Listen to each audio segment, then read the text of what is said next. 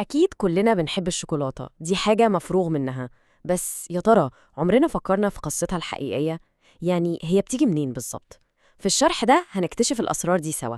هنبدأ من الأصل خالص، من بذور الكاكاو البيضة، ونشوف الرحلة بتاعتها لحد ما تتحول لكاكاو وزبدة الكاكاو اللي كلنا عارفينهم. طيب خلينا نبدأ سؤال ممكن يكون صادم شوية. هل كل الشوكولاتة اللي بنشتريها وبنخزنها عندنا في المطبخ دي شوكولاتة حقيقية أصلاً؟ الحقيقة إن الشوكولاتة ليها وجهين زي العملة كده، في بطلين أساسيين في القصة دي، والفرق بينهم مش مجرد فرق بسيط، لأ، ده فرق كبير جداً، أكبر مما ممكن نتخيل.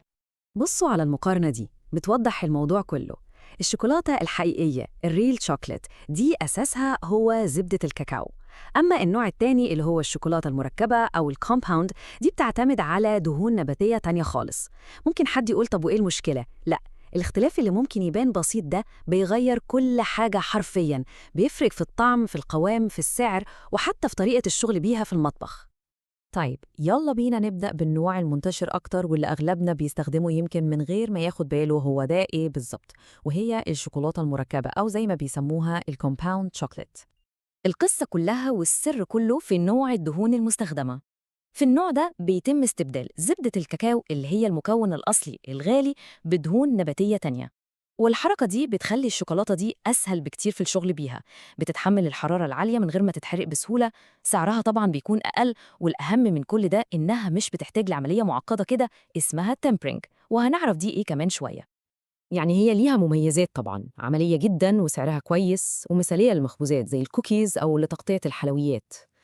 بس السهولة دي بيجي معاها شوية عيوب. أهم عيب هو القوام بتاعها، لما بتنشف بيبقى صلب قوي، تحسه شمعي شوية، وده بيخليها مش أحسن اختيار خالص لو بنعمل حشوات أو جناش محتاجين فيه قوام كليمي وناعم. تمام، كده عرفنا النوع الأول. دلوقتي بقى خلونا نروح للأصلي، النوع الفاخر، اختيار الشيفات والمحترفين. هنا بقى مفيش أي إضافات غريبة. إحنا بنتكلم عن الشوكولاتة الحقيقية اللي معمولة من المكونات الأساسية اللي بتطلع من حبوب الكاكاو نفسها، كاكاو خام وزبدة كاكاو، وبس كده. مجرد المكونين دول بينقلونا لعالم تاني خالص من ناحية الطعم الغني والملمس الناعم. بس طبعا الجودة العالية دي عايزة معاملة خاصة. هنا بقى لازم نتكلم عن عملية التمبرينج اللي قلنا عليها. ببساطة شديدة، دي عملية تسخين وتبريد الشوكولاتة بدرجات حرارة محسوبة بالملي. طب ليه كل ده؟ لأن العملية دي هي السر ورا اللمعة الرائعة والقرمشة المميزة اللي بنلاقيها في الشوكولاتة الغالية. من غيرها الشوكولاتة الحقيقية بتطلع مطفية وقوامها مش مظبوط. وهنا في معلومة غريبة شوية لكن حقيقية، الشوكولاتة البيضاء كتير بيفتكروا إنها مش شوكولاتة أصلاً عشان ما فيهاش لون بني، يعني ما فيهاش كاكاو خام، لكن المفاجأة إنها بتتصنف كشوكولاتة حقيقية، والسبب بسيط جداً، لأن المكون الأساسي فيها هو زبدة الكاكاو، وده بيورينا إن زبدة الكاكاو هي الفيصل في الموضوع ده.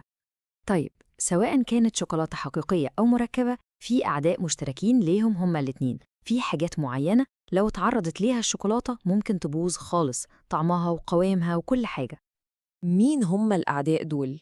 4 بالظبط: الضوء، الرطوبة، صدمات الحرارة يعني التغير المفاجئ في درجة الحرارة، وأخيراً الروائح القوية. لازم نفتكر الأربعة دول كويس جداً، لأن الشوكولاتة حساسة جداً، وعامل واحد بس من دول كفيل إنه يبوظها تماماً. أكيد حصلت مع ناس كتير. نفتح قالب شوكولاتة كنا شايلينه ونلاقيه بقى لونه أبيض أو عليه نقط بيضة كده كأن حد رش عليه بودرة. يا ترى إيه ده؟ هل كده باظت؟ لا. يلا بينا نفهم إيه حكاية البقعة البيضة دي. أول حاجة نطمن كلنا، الطبقة البيضة دي مش عفن ولا حاجة تخوف. دي ظاهرة طبيعية جدا اسمها تزهير السكر أو شوجر بلوم. اللي بيحصل ببساطة إن الرطوبة اللي بتيجي على سطح الشوكولاتة بتدوب السكر اللي فيها، ولما الرطوبة دي تتبخر السكر بيرجع يتكون تاني على السطح على شكل بلورات بيضة صغيرة.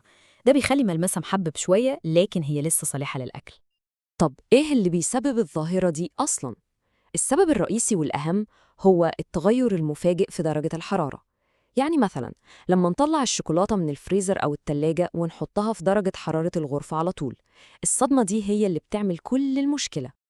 والحل أبسط مما نتخيل. الحل هو التدرج. يعني بدل ما نعمل الغلطة دي ونطلعها من الفريزر للجو العادي مرة واحدة، نعمل إيه؟ الصح إننا نطلعها من الفريزر نحطها في التلاجة الأول ونسيبها يوم كامل، وبعدين نطلعها من التلاجة لدرجة حرارة الغرفة. النقلة البطيئة دي بتخليها تتأقلم وما بيحصلش تكثف للرطوبة على سطحها، وبالتالي بنحميها من تزهير السكر. ممتاز. دلوقتي بعد ما فهمنا طبيعة الشوكولاتة وأعدائها، أكيد السؤال اللي جاي هو طيب إيه الخلاصة؟ إزاي نحافظ على الشوكولاتة بتاعتنا في البيت في أحسن حال ممكن؟ الموضوع كله يتلخص في شوية خطوات بسيطة. أول حاجة لازم تتخزن في علبة مقفولة كويس جدا، ويفضل نغلفها الأول في ورق فويل عشان نمنع أي ضوء أو روايح توصل لها. المكان نفسه لازم يكون بارد وجاف ودرجة حرارته ثابتة على قد ما نقدر. وطبعا من أهم الحاجات إننا نبعدها عن أي حاجة ريحتها قوية زي البصل أو التوابل، لأن الشوكولاتة عاملة زي السفنجة بتمتص أي ريحة جنبها. لو عملنا كده يبقى إحنا حميناها من كل أعدائها. ونيجي لآخر نصيحة، ودي للمحترفين بقى. لما نيجي نسيح شوكولاتة في الميكروويف الأفضل دايما نستخدم طبق بلاستيك مش إزاز. ليه بقى؟ لأن الإزاز بيسخن قوي وبيحتفظ بالحرارة مدة طويلة، فممكن بسهولة يحرق الشوكولاتة حتى بعد ما نطلعه من الميكروويف. البلاستيك آمن أكتر في الحالة دي.